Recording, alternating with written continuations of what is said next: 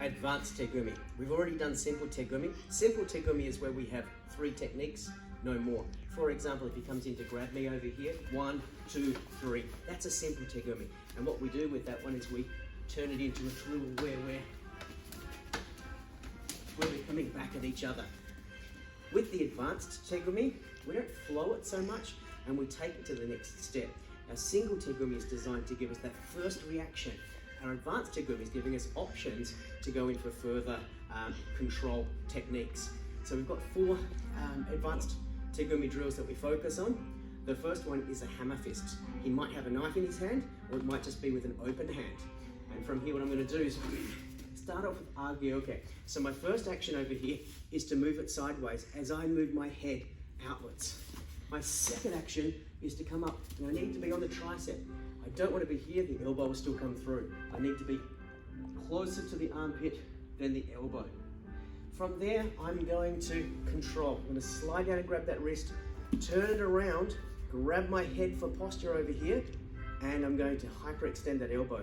He doesn't like it, so he steps back and pulls it back.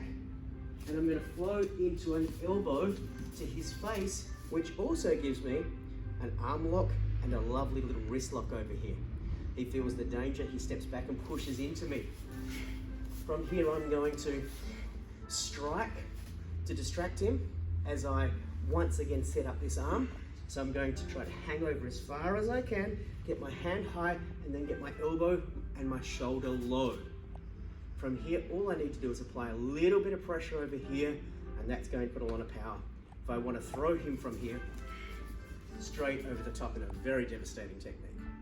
Then when I want to get out of this position, I'm going to elbow, flick that around, and use my loser grip to keep my partner off balance. Let's look at that one again.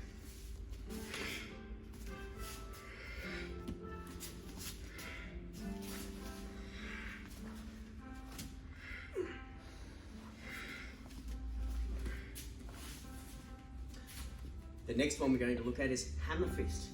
From here I'm going to get my stomach back. I want to assume that there's a weapon. So I'm trying to get my hips back and block over the top with the forearm. I'm not blocking it this way because if there is a bladed weapon, I don't want to be cut on the inside of my arm. If I must be cut, I prefer it's on the outside than the inside. If it's on the inside, I can't grip anymore. It makes it really hard to fight back. So I'm using the back of my arm, and at the same time, I'm striking into the suprasternal notch. That's going to stop any forward movement. If Say tries to keep going from here, he just can't. I've got my fingers slightly bent because I don't want my fingers to be folded back this way. Even accidentally, he might be able to lock a wrist lock on me. So if I'm going to fold up, I want them to fold up this way. From here, I come back and I strike onto the tricep muscle to loosen it up. I then hook and I pull and I push until I trap his arm behind his body over here. My left arm is grabbing the far tricep, and my bicep, my elbow crease over here, is trapping his wrist. He's going to try to spin and elbow me, which I'm going to block, and then from here my hand drops down into his neck. I'm just using the weight of that arm, no strength, just the weight is really going to come through and reverberate, so I need to make sure I do that nice and controlled so I don't knock him out or I don't hurt him. Then I'm going to come around and I'm going to attack this gap between the shoulder and the chest muscle over here. When you manipulate and stimulate that, it's really quite painful for him. It makes him stand up. I'm going to then turn him around into my knee and drive him off balance. Let's look at that one more time. Block and counter, strike, lock it, block the elbow, attack the neck, pull up onto the shoulder, turn it into the knee, drive him away.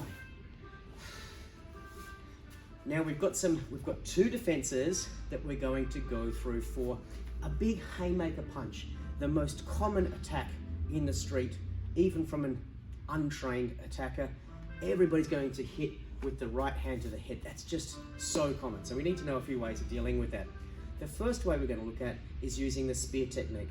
So I'm going to enter with my agyoke, with my block, and then I'm going to maintain connection with his body as I set up a number of strikes and then get some distance to escape. So let's have a look at that. From here, here's my agyoke. I've got my other hand out, so I'm catching whatever comes in on this side, and I'm striking with that forearm and creating a shape over here, which makes it hard for him to continue to come forward into my body. Well, nice and strong structure here. Then from there, I'm going to come to the back of the head, and I'm going to pull him into my shoulder. Then I'm going to bicep bump to get him away. So what they're trying to do is not so much damage his face, but to keep him off balance so he can't launch a counterattack. So I've gone one, and then I catch him again. I'm pushing on the inside of the bicep over here so that he can't use that arm effectively as I come over the top with my elbow just below his ear. I turn this into an agioki to get his neck off alignment to make his posture weak, setting him up for a headbutt. After my headbutt to the point of the jaw over here, it really hurts, trust me. After that, I'm going to use one hand, the front hand, to push him away as I escape. Using one hand is quite important. If I use two hands to push him away, I'm too close and he can grab me too easily. If I use one hand, I'm already getting some distance between our bodies and looking for my exit. So let's look at that one again.